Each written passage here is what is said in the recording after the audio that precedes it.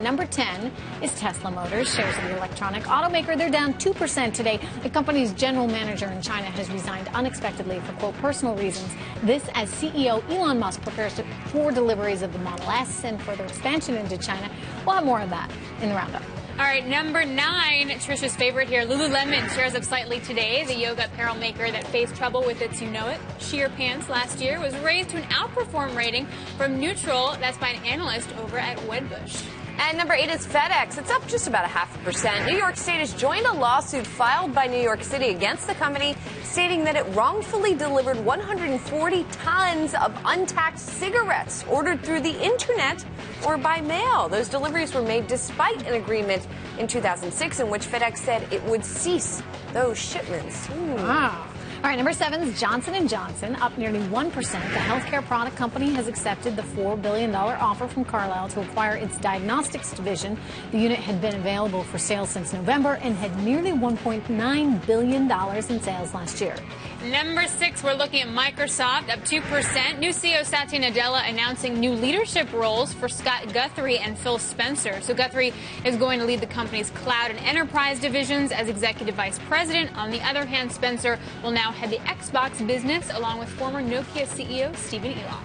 Number 5 is Disney. Those shares are up just about 1%. The company announced that its animated film Frozen has become the highest grossing animated film of all time, with a total of just over $1 billion. It was my son's first film in the theaters. Oh, really? Did you like it? Yes, he liked it, although he hasn't been singing the songs like I know so many people like Tom have. Keane has, which he's been singing it.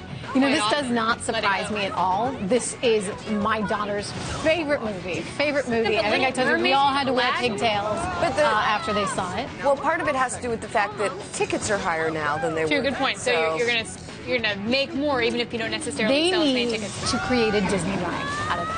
Somehow. I'm sure that they is will. In the right. I am sure. Well, I'm looking forward to Captain America #2 coming out on Friday, put out by Disney. Very excited about that. All right, number 4, guys, it's Target today, down, or rather up, I should say, 1%. This is despite a debt cut from an A+ to an A by Standards & Poor's. The retail chain suffered the largest U.S. data breach ever during the holiday season last year, where over 110 million customers were affected.